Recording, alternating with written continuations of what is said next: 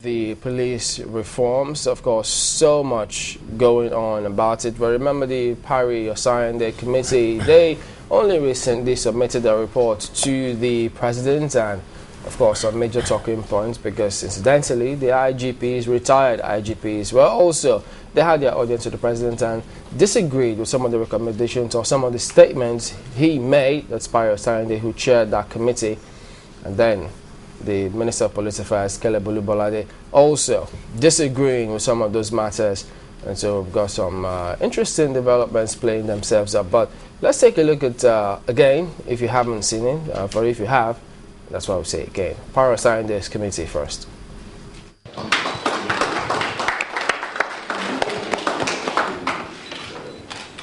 The committee chairman submitting its report to President Goodluck Jonathan.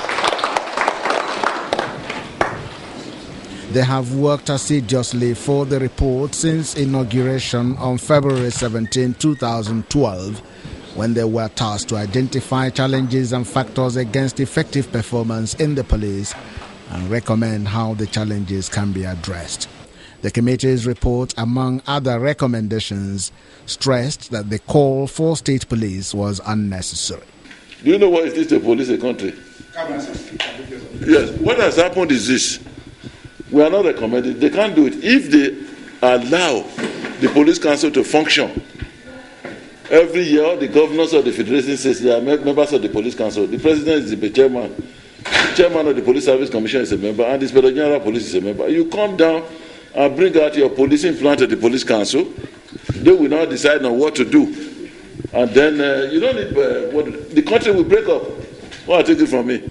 The committee wonders that the Ministry of Police Affairs has no particular assigned role in the 1999 Constitution as amended, being neither in charge of police administration, which is assigned to the Police Council. The placement or superimposition of the Ministry of Police Affairs on the Nigerian police is anomalous. The ministry has no legal standing there. So what I said they have been doing, they have constituted a drainage, a seepage, hemorrhage of our limited funds. If they are removed, and then the Inspector General of Police is allowed to handle his own budget based on the needs from the last police post to the IG, then we'll be able to provide vehicles, we'll be able to provide patrols and all the rest of it. Same day, the Forum on Retired Inspectors General of Police visited the President. The Forum is also concerned about the current security challenges bedeviling the country. They are also disturbed about the clamor for state police. People have forgotten where we came from. When Zik could not go to Katsina or Maiduguri to go and campaign, when Amadou Bello could not go to Enugu or Lagos to campaign or West, when Akintola could not go to some parts of the country to campaign and so on, Chief Awolowo could not go to certain parts of the country. In the few areas he went, there was a mass movement of troops and so on to ensure that nothing happened to him.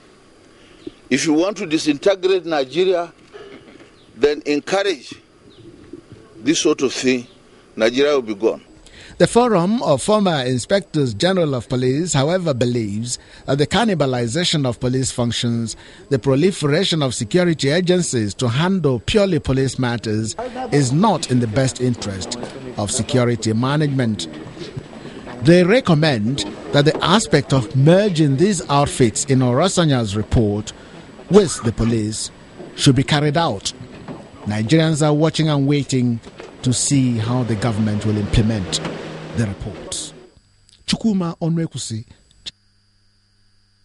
The subject is to reorganize the police. And any issue being discussed outside that can be termed to be a derail. Whatever assignment is given, you must look at the subject matter and stay within that confines so that it does not generate unusual discussion in the public.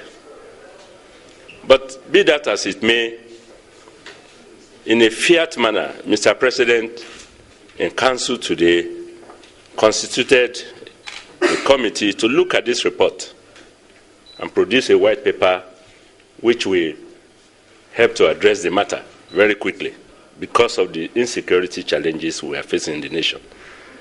Incidentally, the Attorney General is the chairman of that committee to look at this report. I'm also a member as the Minister of Police Affairs.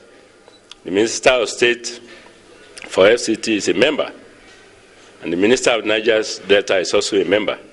So this committee will look at this report and advise the government accordingly. And I think it is nice to wait for the outcome of that.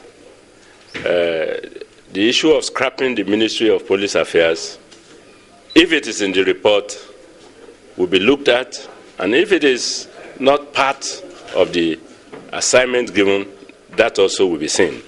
But it's usually very nice to wait for the outcome of a report that is submitted rather than disclosing that report to the public. Usually very nice. Well, there you had the Minister of Police Affairs there. But now you know why they say actions and reactions are equal and opposite. Well, the reactions are coming in thick and fast.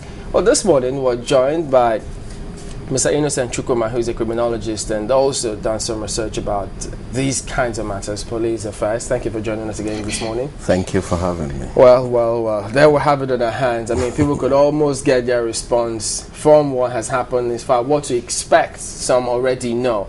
But what you've seen and heard so far, are you optimistic now that, who knows, eventually some recommendations will be implemented? Or you think is DOA dead on arrival?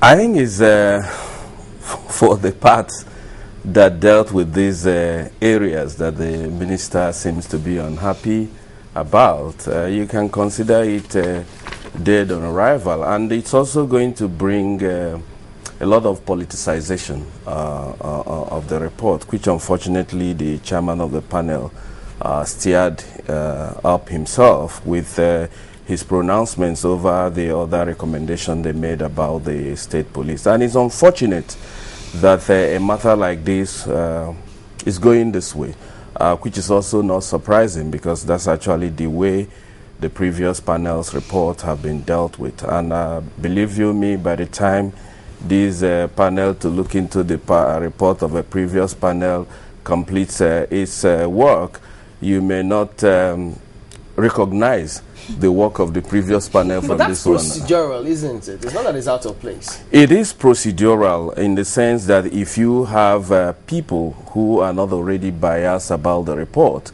sit through it, you would expect them to be dispassionate in discussing it. But when you have a minister that is very opinionated about the report and surround him with co-ministers who are likely to save his job,